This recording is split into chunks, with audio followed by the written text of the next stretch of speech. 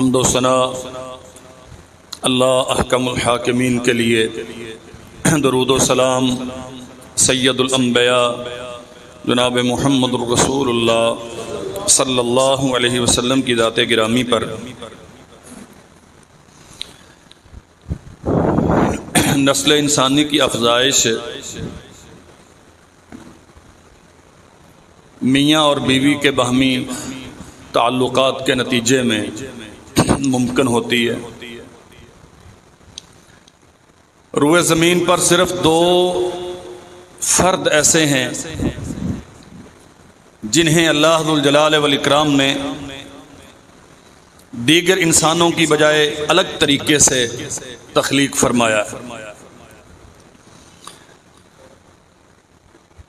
آدم علیہ السلام اور سیدہ حوا، جناب آدم کو اللہ نے اپنے ہاتھ سے بنایا اور جناب حوا کو، سیدہ حوا کو آدم علیہ السلام کی پسلی سے تخلیق فرمایا۔ ان کے بعد ساری انسانیت عورت اور مرد کے باہمی تعلق کے نتیجے میں وجود پذیر ہوئی۔ البتہ سیدنا عیسیٰ علیہ السلام، قرآن بیان کرتا ہے کہ اللہ نے انہیں بن باپ کے تخلیق فرمایا۔ سو اس اعتبار سے عورت انسانی معاشرے کا لازمی حصہ ہے۔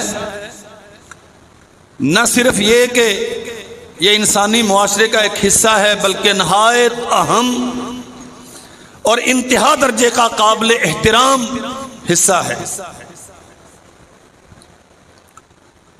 یہودی ظاہر ہے رسول اللہ صلی اللہ علیہ وسلم کی بعثت سے قبل بھی اور آج بھی یہودیوں کے ہاں بھی توالد کا یہی سلسلہ ہے، اولاد ایسے ہی پیدا ہوتی ہے، لیکن عورت کی توہین اور تذلیل انتہا درجے کی۔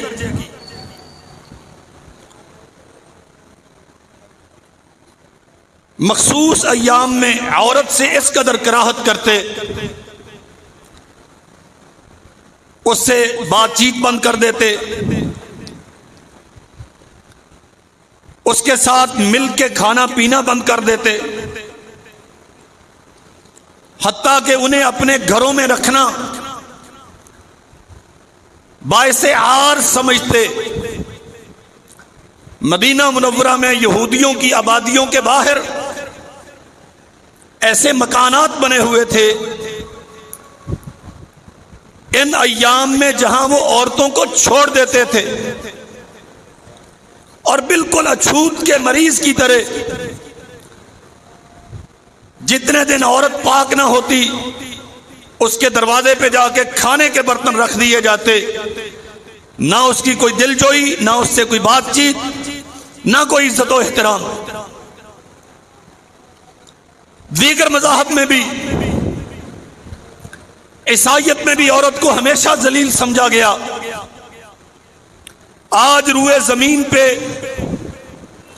حقوق نسواں کے سب سے بڑے دعوے دار یہی عیسائی ہیں، جن کی اپنی تاریخ بھری پڑی ہے عورت پر ظلم سے۔ اور ہندو مت میں ان کا مذہبی عقیدہ ہے جس شادی شدہ عورت کا خامد فوت ہو جائے، اس خامد کی چتا جب جلائی جاتی ہے تو عورت کو زندہ ساتھ جلا دیا جاتا۔ اللہ ذو الجلال والاکرام نے اسلام کے توسط سے یہ عزت و شرف عطا کیا ہے عورت کو۔ نبی کریم صلی اللہ علیہ وسلم سے سوال کیا گیا، اللہ کے نبی، ہر مہینے میں عورتیں اس مشکل کا شکار ہوتی ہیں، ایام ماہواری انہیں آتے ہیں، ہم ان دنوں میں عورتوں کے ساتھ کیا سلوک کریں؟ نبی کریم صلی اللہ علیہ وسلم نے عورتوں کو گھر میں رکھنے کا حکم دیا ہے۔ عورت اتنی محترم ہے کہ وہی عورت جسے یہودی اور عیسائی ان ایام میں گھروں میں نہیں رکھتے تھے، سرور کونین صلی اللہ علیہ وسلم نے فرمایا انہیں گھروں میں رکھا جائے گا۔ نہ صرف یہ کہ انہیں گھروں میں رکھا جائے گا بلکہ یہ کھانا پکائیں گی اور میں محمد تناول کروں گا صلی اللہ علیہ وسلم۔ سیدہ عائشہ رضی اللہ عنہا یہاں تک فرماتی ہیں میں ایام حیض میں ہوتی، سرور دو عالم صلی اللہ علیہ وسلم جب کھانا کھاتے تو مجھے فرماتے عائشہ آؤ میرے ساتھ بیٹھ کے کھاؤ، اور میں اپنے بھائیوں سے درخواست کرتا ہوں ہمیشہ بیویوں کو ذلیل کرنے کا وتیرہ، خود کھا لیا اسے نہیں پوچھا اس نے کھایا ہے کہ نہیں، اور ہم یہ سمجھتے رہے کہ کھانا پکا کے پیش کرنا اس کی ذمہ داری ہے۔ میں چونکہ باہر سے کما کے لاتا ہوں، تھکا ہوا ہوتا ہوں، اس لیے اسے پوچھنا نہیں چاہیے۔ وہ انسان ہے، اس کے احساسات کا پاس رکھنا مرد کے فرائض منصبی میں سے۔ اللہ کے نبی فرماتے عائشہ آؤ میرے ساتھ بیٹھ کے کھاؤ۔ عائشہ کہتی ہیں میں اعراض کرتی، بچتی، رسول اللہ صلی اللہ علیہ وسلم مجھے قسم دیتے عائشہ تجھے اللہ کی قسم ہے میرے ساتھ بیٹھ کے کھاؤ۔ فرماتی ہیں پھر میں کھاتی، آپ صلی اللہ علیہ وسلم گوشت کا ٹکڑا بوٹی اٹھا کے مجھے دیتے، عائشہ پہلے تم کھاؤ گی بعد میں کھاؤں گا۔ فرماتی ہیں میں کھاتی اور میں وہ بوٹی نوچ کے جب باقی رکھتی تو رسول اللہ صلی اللہ علیہ وسلم وہیں سے کھاتے جہاں سے میں نے کھائی ہوتی۔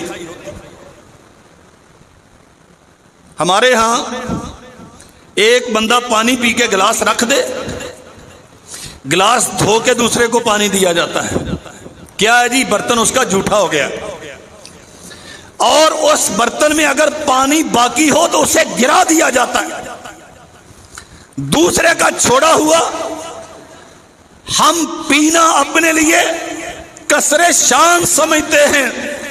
اماں جی فرماتی ہیں حالت حیض میں محمد کریم صلی اللہ علیہ وسلم میرا کھایا ہوا گوشت وہیں پہ منہ رکھ کے کھاتے جہاں سے میں نے کھایا تھا، اور آپ پانی کا پیالہ اٹھاتے اور مجھے فرماتے عائشہ پہلے آپ پئیں، میں کہتی حضرت پہلے آپ پئیں، اللہ کے نبی قسم دلاتے مجھے عائشہ پہلے تم پیو گی، میں اس پیالے سے پانی پیتی اور باقی ماندہ پانی رکھ دیتی۔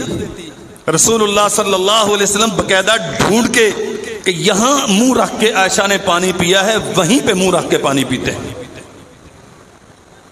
یہ شرف عطا کیا ہے عورت کو اسلام نے۔ اور بات سمجھ لیجئے، جب عورت پر عز و شرم کے تحفظ کی بات آتی ہے تو ایک پراپیگنڈا کیا جاتا ہے، عورتوں پر اسلام نے بہت پابندیاں لگائیں، اللہ کی قسم اسلام نے کوئی پابندی نہیں لگائی عورت پر، عورت کا دفاع کیا ہے، عورت کے تحفظ کو یقینی بنایا ہے، شرم و حیا کی حفاظت کے نقطہ نظر سے عورت کو چند ہدایات سے نوازا ہے، وگرنہ اسلام میں عورت کا گھر سے باہر نکلنا منع نہیں ہے، عورت کا تفریحی مقامات پہ جانا حرام نہیں ہے، عورت کا بقدر ضرورت بازار میں یا ڈاکٹر کے پاس جانا یا حصول تعلیم کے لیے جانا یا پڑھانے کے لیے جانا یہ جرم نہیں ہے۔ نبی علیہ السلام کے زمانے میں عورتیں مسجد میں آتی تھیں، رسول اللہ صلی اللہ علیہ وسلم سے آ کے دین سیکھتی تھی، آپ صلی اللہ علیہ وسلم کے ساتھ سفر پہ جاتی تھی، اللہ کے نبی کئی اشروں پر محیط سفر اپنی خواتین میں سے کسی نہ کسی کو ساتھ لے کے جاتے اور قرآن اندازی کرتے تھے. قرے میں جس کا نام آ گیا میرے ساتھ جائے گی. معروف واقعہ ہے سیدہ عائشہ رضی اللہ عنہا کے ہار کے گم ہونے کا، اور پھر منافقین نے بہتان بازی کی آپ پہ. تو یہ سفر کا واقعہ ہے. اما جی رسول اللہ صلی اللہ علیہ وسلم کی معیت میں سفر میں تھی. سیدہ ام سلیم رضی اللہ عنہا، ان کا جہاد میں جا کے داد شجاعت دینا ثابت ہے. بیبیوں کا، ازواج مطہرات کا میدان جنگ میں زخمیوں کی، غیر محرم زخمیوں کی مرہم پٹی کرنا ثابت ہے. اور محمد رسول اللہ صلی اللہ علیہ وسلم کا غیر محرم عورتوں سے کلام کرنا ثابت ہے. سیدہ اسماء بنت ابی بکر رضی اللہ تعالی عنہا، ام المومنین سیدہ عائشہ رضی اللہ عنہا کی بڑی ہمشیرہ محترمہ، عبداللہ ابن زبیر رضی اللہ عنہ کی والدہ زبیر بن عوام رضی اللہ عنہ رسول اللہ صلی اللہ علیہ وسلم کے پھوپھی زاد بھائی ہیں. ان کی اہلیہ یہ کھیتوں سے جا کے گھاس چارہ لے کے آتی تھی زبیر بن عوام رضی اللہ عنہ کے جانور کے لیے، گھوڑے کے لیے، اور باقاعدہ اس جانور کے لیے دانا وغیرہ تیار کر کے گھوڑے کو دانا ڈالتی تھی. اسلام ان چیزوں سے منع نہیں کرتا. مسئلہ کیا ہے؟ شرم و حیا کے جو ضابطے اسلام نے مقرر کیے ہیں، محمد الرسول اللہ صلی اللہ علیہ وسلم نے عورت کو اس کی تلقین کی ہے، اسے ملحوظ رکھنا، باقی لین دین کرنا، ادھر ادھر جانا جہاں ضرورت ہے.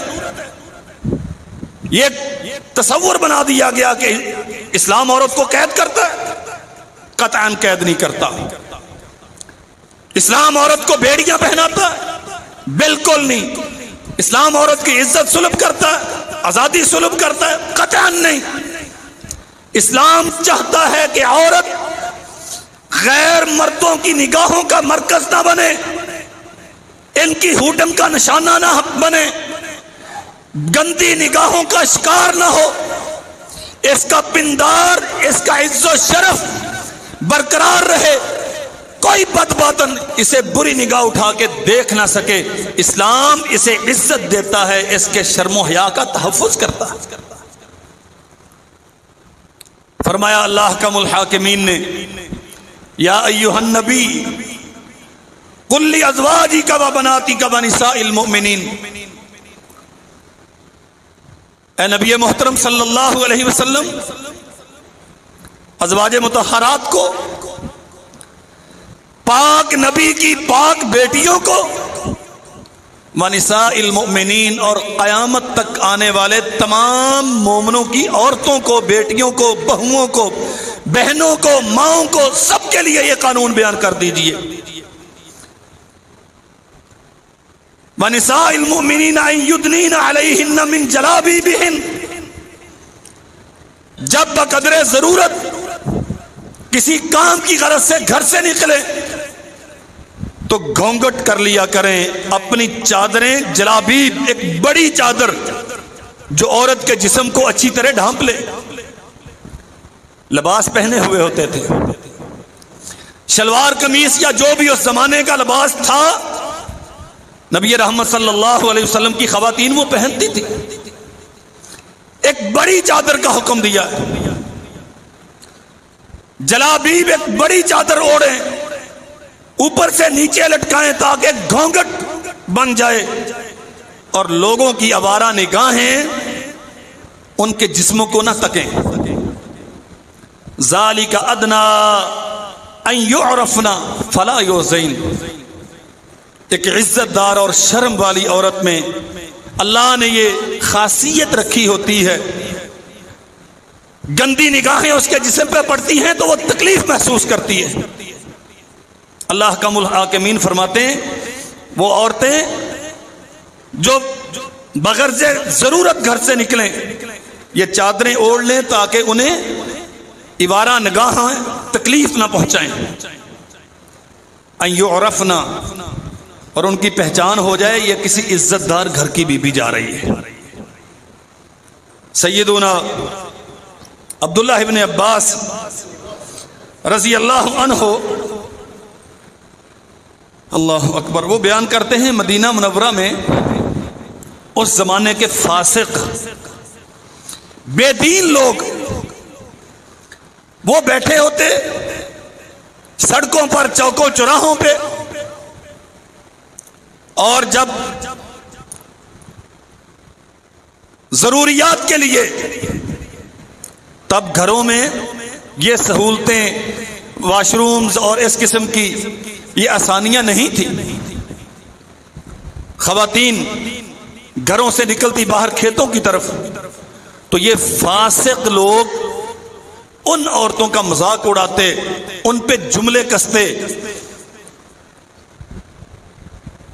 ان کی گندی نگاہیں ان بیویوں کا طواف کرتی جو بے پردہ ہوتی تھی۔ جو پردہ دار ہوتی تھی وہ محفوظ رہتی۔ کیوں؟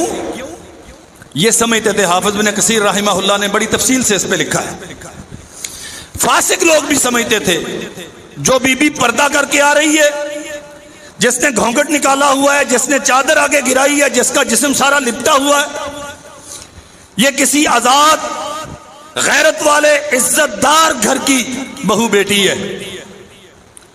اور جو کھلے چہرے کے ساتھ آتی، فاسق سمجھتے تھے یہ بے حیا ہے یا لونڈی ہے۔ آزاد عورت اور عزت دار عورت ننگے چہرے کے ساتھ نہیں آتی۔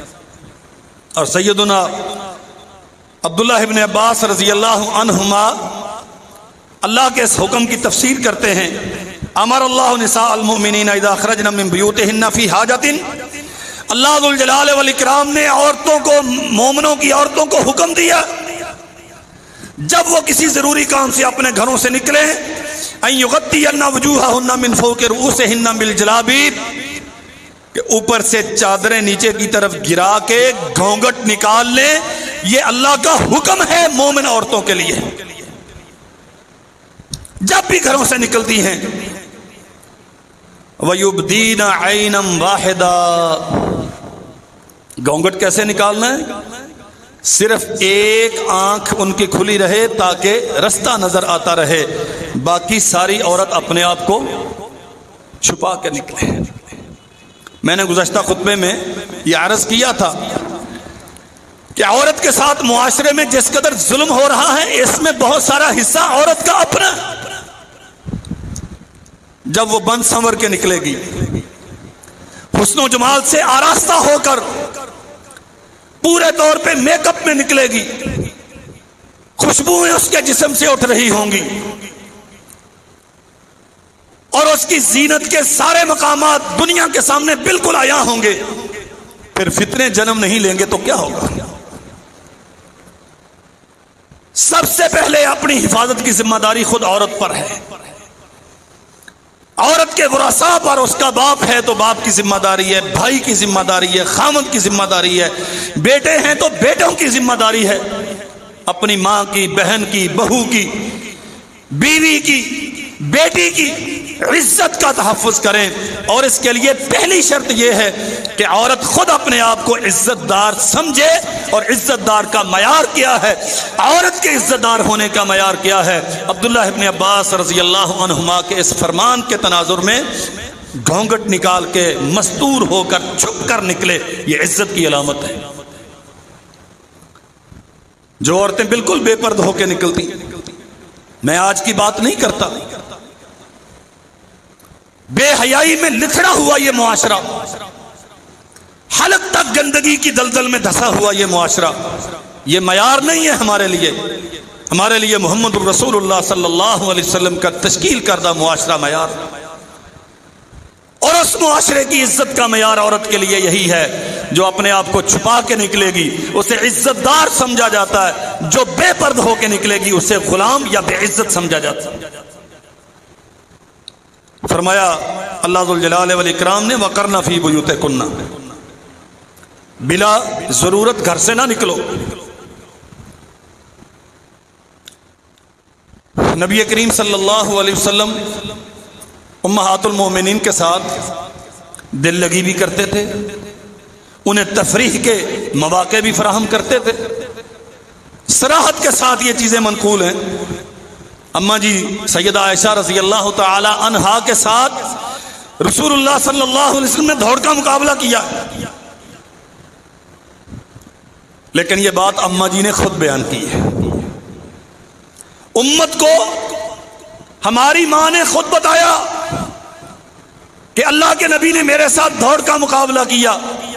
پہلی بار رسول اللہ صلی اللہ علیہ وسلم پیچھے رہ گئے، اماں جی آگے نکل گئی۔ کچھ وقت کے بعد دوبارہ یہ مقابلہ ہوا تو سرور کونین آگے نکل گئے اور فرمایا عائشہ وہ پیچھے والے ہار کا بدلہ آج برابر ہو گیا۔ لیکن کیسے؟ بہو بیٹی نے چست لباس پہنا ہوا ہے، نیکر پہنی ہوئی ہے، اور وہ میراتھن ریس ہو رہی ہے، دنیا کی ساری نگاہیں سکرین پہ اسے دیکھ رہی ہیں، اور میری تیری عزت غیر مردوں کے سامنے دوڑ رہی ہے۔ یوں نہیں، آپ جائیں، بالکل اس پہ کوئی شرعی طور پہ پابندی نہیں ہے۔ آپ کی بیٹیاں ہیں، انہیں شرعی پردہ کروائیں، انہیں لے کے جائیں سیر و تفریح کے لیے، لیکن سیر و تفریح کا معنی بے پردگی نہیں ہونا چاہیے۔ سیر و تفریح کا معنی کالج کا ایک ٹرپ جا رہا ہے نادرن ایریاز میں، اس میں تیری بیٹی بھی جا رہی ہے اور اس کالج کے اسٹوڈنٹ بوائز بھی جا رہے ہیں، محرم ساتھ کوئی نہیں، پردے کا اہتمام کوئی نہیں، نگرانی وہ کرنے والا وہاں فرد کوئی نہیں، اور کئی دنوں کا یہ ٹور ہے۔ نہیں میرے عزیز بھائی، یہ آزادی نہیں ہے، یہ اعتماد نہیں ہے، یہ خود تو اپنی عزت کو، بلکہ یوں کہنا چاہیے کہ سنار سونے کے ٹکڑوں کو اپنی دکان کے باہر سجا کے رکھتا ہے، جس کا جی چاہے اٹھا کے لے جائے۔ کبھی آپ نے دیکھا ہے لوہار لوہا کوٹتا ہے، کسی درانتی کلہاڑی بناتا ہے، اس کی دکان کے باہر کبھی گن مین کھڑا ہو کبھی آپ نے دیکھا؟ البتہ سنار کی دکان پہ کیوں ہوتا ہے؟ وہاں منوں کے حساب سے لوہا پڑا ہوا ہے، اس پہ کوئی محافظ نہیں، کوئی پہرے دار نہیں۔ سونا تولوں میں ہوتا ہے، پوری دکان میں کتنا ہوگا؟ چند پاؤ، چند چھٹانک، اس سے زیادہ سونا نہیں ہوتا ایک دکان میں، لیکن آپ 25,000 روپیہ گن مین کو دیتے ہیں۔ جتنی دیر دکان آپ کی اوپن رہتی ہے اتنی دیر گن مین آپ کی دکان پہ کھڑا ہوتا ہے۔ کیوں؟ حفاظت سونے کی ہوتی ہے، لوہے کی حفاظت کی ضرورت اس لیے کہ چور سونے کو پڑھتے ہیں، لوہے کو کسی نے کیا کرنا۔ یہ تیری بیٹی سونا ہے، یہ تیری عزت ہے، یہ تیری پگڑی کا ہیرا ہے، یہ کوہ نور ہے، اس کی حفاظت کرنا تیری ذمہ داری ہے۔ اور حفاظت کی اولین شرط یہ ہے کہ تیری بیٹی، تیری بہو، تیری ماں، تیری بہن یہ گندی نگاہوں سے ہمیشہ بچی رہے۔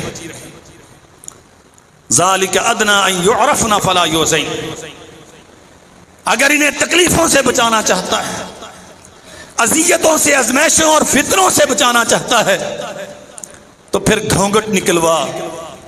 سیدہ عائشہ رضی اللہ عنہا بیان کرتی ہیں، ہم طواف کر رہی تھیں، اور آپ کو معلوم ہے طواف کھلے چہرے کے ساتھ کیا جاتا ہے۔ حج حدود حرم بیت اللہ کے گرد طواف ہو رہا ہے۔ فرماتی ہیں اگر مرد سامنے سے نظر آتے تو ہم اپنی چادریں اوپر سے گرا لیتی تھیں تاکہ مردوں کی نگاہ ہمارے چہروں پہ نہ پڑے۔ اور سنن نسائی میں ہے، سیدنا فضل ابن عباس رضی اللہ عنہما عبداللہ ابن عباس کے بھائی حجۃ الوداع کے موقع پر رسول اللہ صلی اللہ علیہ وسلم کے پیچھے سواری پر سوار ہیں. کسی بی بی نے آ کے آپ سے کچھ مسائل دریافت کیے. اس کا چہرہ کھلا ہوا تھا. فضل بن عباس نو عمر تھے. یہ اس خاتون کی طرف دیکھنے لگ گئے. نبی رحمت صلی اللہ علیہ وسلم نے فضل بن عباس کا چہرہ پکڑ کے گھما دیا. ادھر نہیں دیکھنا اور طرف دیکھو. آپ تصور کر سکتے ہیں؟ ہمارے ہاں ایک بیماری ہے، کہتے ہیں جی پردہ تو دل کا ہوتا ہے. اللہ اکبر. احرام باندھا ہوا ہے، رسول اللہ کی سواری پہ اللہ کے نبی کے ساتھ جڑ کے بیٹھے ہوئے ہیں فضل بن عباس. 10 ذی الحج مزدلفہ سے مینا کی طرف نکلنا چاہ رہے ہیں. یہ بی بی سامنے آ کے سوال کرتی ہے. رحمت کائنات صلی اللہ علیہ وسلم نے چچا زاد بھائی کا چہرہ گھما دیا. فضل نہیں، پردہ دل کا نہیں ہوتا، پردہ نگاہ کا ہوتا ہے. یہاں حیا ہوگی تو یہاں حیا ہوگی. آنکھیں شرم کریں گی تو دل میں حیا پیدا ہوگی. وہ ضابطے جو شریعت نے دیے ہیں عورت کے تقدس کو برقرار رکھنے کے لیے، وہ قانون جو محمد رسول اللہ صلی اللہ علیہ وسلم نے دیا ہے امت کو، اس معاشرے کو باحیا اور باکردار بنانے کے لیے، اس کا پہلا مرحلہ یہ ہے کہ اپنی عزتوں کو پہروں میں رکھو. جیسے سونا پہروں میں چھپا کے رکھتے ہو، ویسے ہی اپنی عزت کو پہروں میں چھپا کے رکھو. اسے کبھی تنہا مت چھوڑو. کھلے چہرے کے ساتھ مت انہیں لوگوں کی نگاہوں کا مرکز بناؤ. وَقَرْنَ فِي بُيُوتِكُنَّ وَلَا تَبَرَّجْنَ تَبَرُّجَ الْجَاهِلِيَّةِ الْأُولَى. میک اپ کر کے اپنے حسن و جمال کا اظہار کرنا، نامکمل کپڑے پہن کر دنیا کے سامنے اپنے جسم کی نمائش کرنا، انتہائی مختصر اور شارٹ ترین سلیو لیس اور بلاؤز اور پتہ نہیں کیا کیا گندگی یہ اپنے جسموں پہ اوڑھ کے غیر مردوں کی نگاہوں کا مرکز بننا. فرمایا تبرج الجاہلیت الاولی. یہ تو اسلام سے پہلے جاہلی عورتوں کا طریقہ ہے.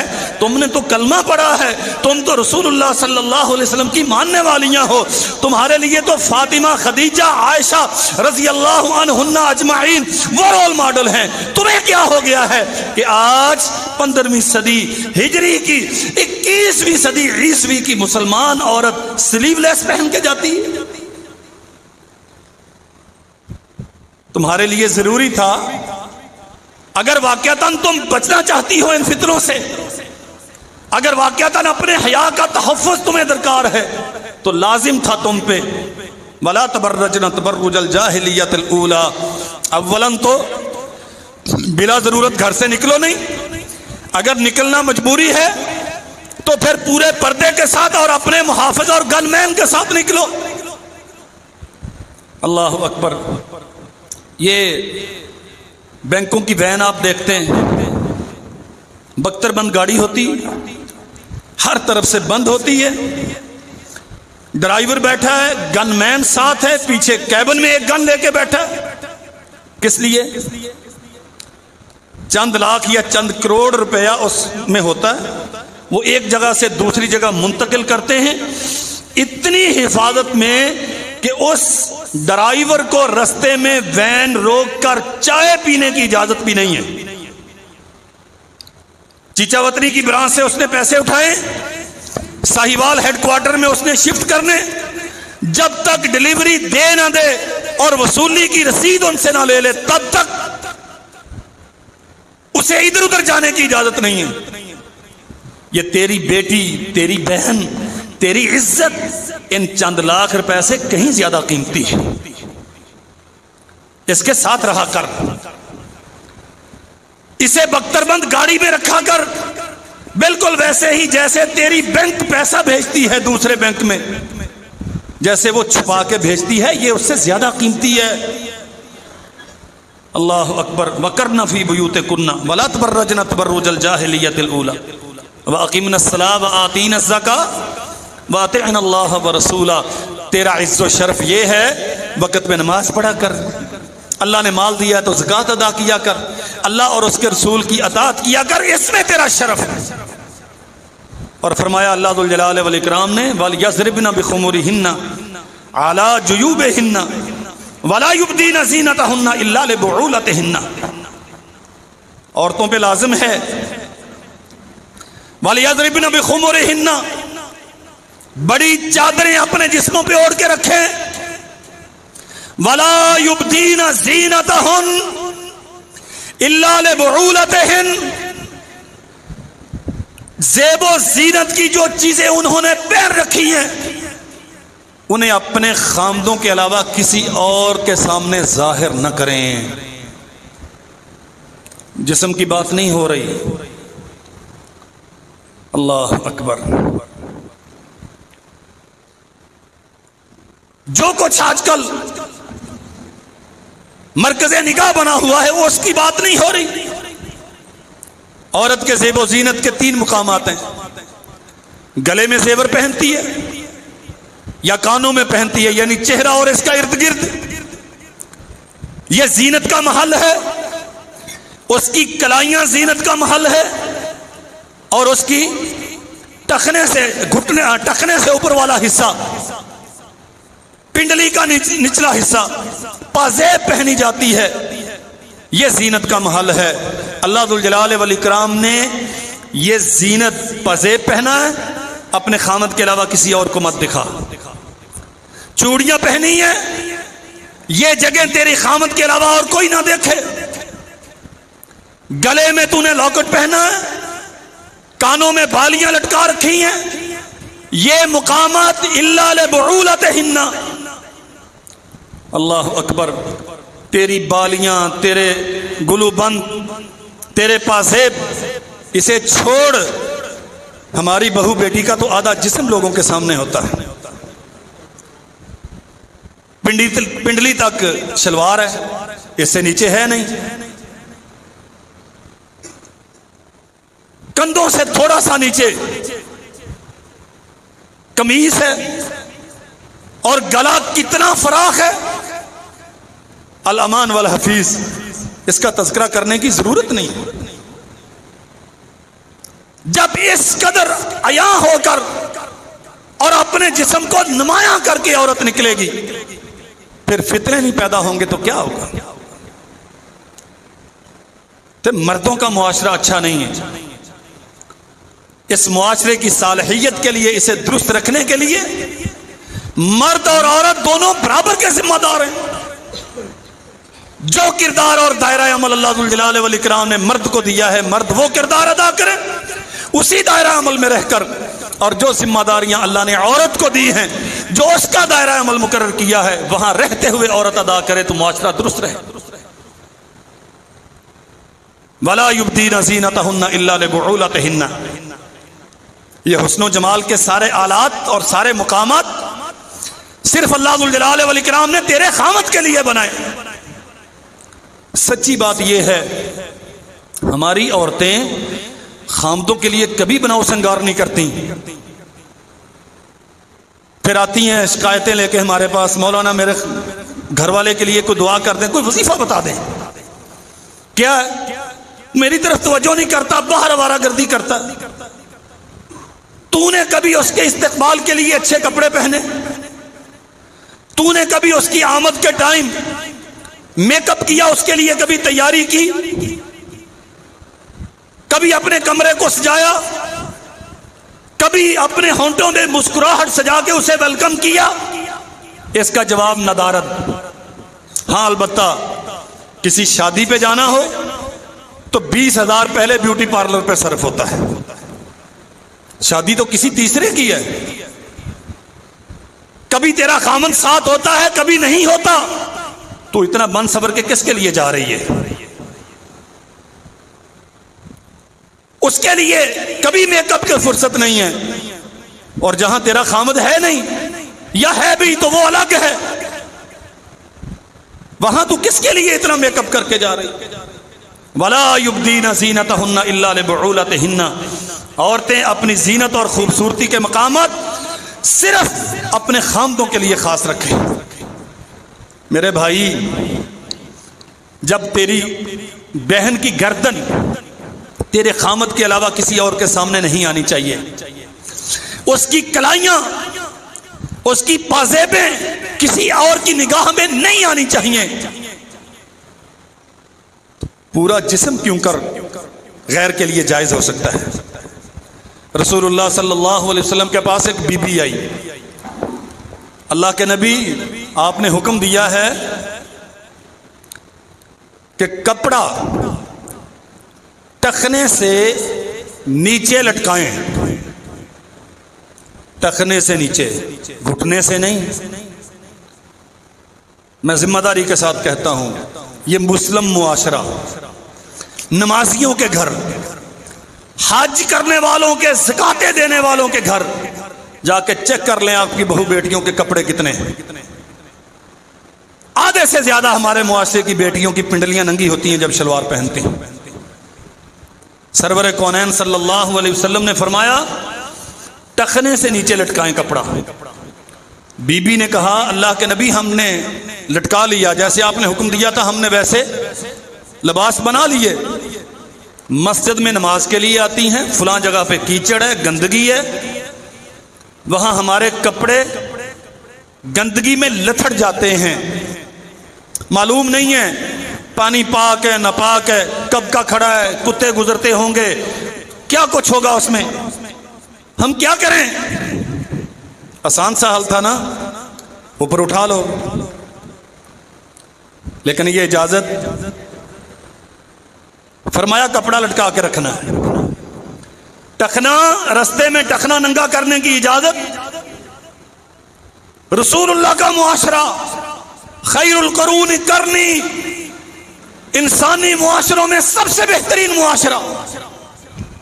فرمایا بی بی ٹخنا ننگا رکھنے کی اجازت نہیں ہے. اللہ کے نبی پھر کیا کریں؟ فرمایا وہ کیچڑ لگتا ہے، لگ جانے دو، اس کے بعد آگے جب آؤ گی تو خشک مٹی لگے گی اس پہ. اللہ ذوالجلال والاکرام نے خشک مٹی میں یہ تاثیر رکھی ہے کہ یہ لگتی ہے تو گندگی کو دھو ڈالتی ہے، صاف کر دیتی ہے. انہی لتھڑے ہوئے کپڑوں میں آ کے نماز پڑھ لو، رب یہ قبول کر لے گا. لیکن تیرا نبی یہ قبول نہیں کرتا کہ تیرا ٹخنا ننگا ہو اور غیر کی نگاہیں دیکھیں. عورت کی عزت کا اس قدر اہتمام کیا رسول اللہ صلی اللہ علیہ وسلم. اسلام نے اس قدر حفاظت کی. اور سن لو میرے بھائیوں، نبی کریم صلی اللہ علیہ وسلم نے فرمایا صنفان من اہل النار، انسانوں کی دو قسمیں جہنمیوں کی ہیں.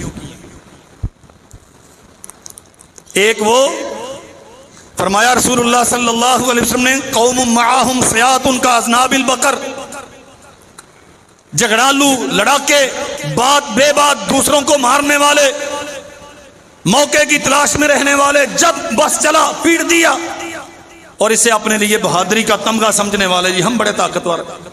فرمایا اللہ کے نبی نے یہ جہنمی. اور دوسرے وَنِسَاءٌ کاسیاتٌ عاریاتٌ مائلاتٌ ممیلاتٌ رؤوسہن کاسنمۃ البخت المائلہ. وہ عورتیں جو لباس پہننے کے باوجود ننگی ہوتی ہیں. لباس پہننے کے باوجود عورت ننگی کیسے ہوتی ہے؟ جس کے جسم کے نشیب و فراز نمایاں ہو رہے ہوں، چاہے اس کے اوپر کپڑا ہو. اس حدیث کی اصطلاح میں وہ عورت ننگی ہے. کاسیات عاریات، نیچے سے لباس پہننا ہے، اوپر سے گاؤن پہننا ہے، لیکن گاؤن اس قدر فٹ ہے کہ اس کے نشیب و فراز سارے واضح ہو رہے ہیں، اس کے جسم کے اعضاء نمایاں ہو رہے ہیں. گاؤن پہننے کے باوجود وہ عورت بے پردہ ہے. پردے کا یہ معنی نہیں ہے کہ آپ لوگوں کو اپنی طرف متوجہ کریں. پردے کا یہ معنی ہے کہ کوئی گندی نگاہ اٹھے بھی وہ جانچ نہ سکے کہ اس کے جسم کے حصے میں کیا چیز ہے اور کیسے. کاسیات عاریات جہنمی عورتوں کی علامت ہے. لباس پہننے کے باوجود ان کے اعضاء نمایاں ہوتے ہیں، ننگے ہوتے ہیں. مائلات ممیلات بڑھ بڑھ کے لوگوں سے باتیں کرتی ہیں بلا ضرورت. تعلقات بنانے، لوچدار آواز میں دکانداروں سے جا کے باتیں کرنا. اور اب تو ماشاءاللہ بڑے بڑے دانا اور عقل مند وہ جا کے بیٹھ جاتے ہیں اور خواتین خود ہی شاپنگ کرتی ہیں، خود ہی بھاؤ تاؤ کرتی ہیں، خود ہی ان کے ساتھ بحث کرتی ہیں اور خود ہی سارا کچھ کر کے آ جاتی ہیں. مولوی صاحب صرف موٹر سائیکل چلانے کے لیے ہوتے ہیں. شریعت نے نہیں حق دیا اس چیز کا. جا سکتے ہیں آپ اسے شاپنگ کے لیے لے جا سکتے ہیں، لیکن وہ چھپی ہوئی تو. اور اگر اسے بات کرنا ہے، اللہ ذوالجلال والاکرام نے فرمایا وَقُلْنَا قَوْلًا مَعْرُوفًا، میاں ربی سے بات کرو، ایسی بات نہ کرو فَيَطْمَعَ الَّذِي فِي قَلْبِهِ مَرَضٌ. نرم لہجہ، بڑا پولائٹ ہو کے، اتنی شائستہ اور اتنی لوچدار آواز کہ وہ خبیث نفاق کا مارا ہوا کوئی بری توقع تیز سے وابستہ کر بیٹھے کہ بی بی اتنی نرمی سے میرے ساتھ بولتی تھی، شاید یہ پھر ملنے آئے. شریعت نے اس سے منع کیا. حتیٰ کہ یہاں تک قانون ہے تیرے دروازے پہ کوئی آ کے ناک کرے اور گھر میں کوئی مرد نہیں ہے، دروازے کے پیچھے سے آ کے پوچھ کون، ڈانٹنے کے انداز میں پوچھ یہ میں فلاں کا دوست. ٹھیک ہے جی وہ نہیں ہے گھر میں، آپ مسجد میں تشریف لے جائیں، اتنے بجے آ جائیں گے پھر آ جائیے گا. ماشاءاللہ کوئی نہیں، تو دوست ہے تو آ جا اندر، کوئی مسئلہ ہی نہیں. پھر جی عورت کی عزت محفوظ نہیں. سب سے اولین ذمہ داری خود عورت کو اپنی عزت کا خیال کرنا ہے. اللہ اکبر. نکلے باہر پورے لباس میں، فرمایا کاسیات عاریات مائلات ممیلات، لوگوں کی طرف متوجہ ہوتی ہیں اور چاہتی ہیں کہ لوگ ہماری طرف متوجہ ہوں. رؤوسہن کاسنمۃ البخت المائلہ، گھروں سے نکلتی ہیں تو ماشاءاللہ بالوں کے ایسے جوڑے بنائے ہوئے ہوتے ہیں سروں پر جیسے اونٹنیوں کی کوہانیں ہوتی ہیں. فرمایا رسول اللہ صلی اللہ علیہ وسلم نے لا یجدنا ریح الجنہ، جنت میں جانا تو دور رہا، جنت کی خوشبو تک سے محروم رہیں گی. وَإِنَّ رَائِحَةَ الْجَنَّةِ یوجد من مسیرت کذا و کذا، حالانکہ جنت کی خوشبو 500 سالوں کی مسافت تک پھیلتی ہے، لیکن وہ عورت جو نامناسب اور نامکمل لباس پہن کے گھر سے نکلتی ہے، اللہ ذوالجلال والاکرام اسے جنت کی خوشبو سے بھی محروم رکھے.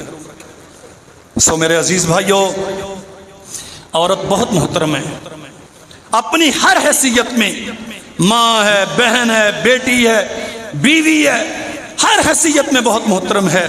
یہ سونا ہے آپ کے پاس، یہ سونا ہے، اسے سنبھال کے رکھیے، اس کی نگرانی کیجئے، اسے عزت دیجئے اور اس کے عزت کے دفاع کے لیے وہ تمام اقدامات کیجئے جو لازم ہیں. اور اس سے پہلا لازمی قدم یہ ہے، لازمی انتظام یہ ہے کہ اسے مکمل لباس پہنائیے. اللہ ذوالجلال والاکرام ہمیں توفیق عطا فرمائے. وآخر دعوانا الحمدللہ.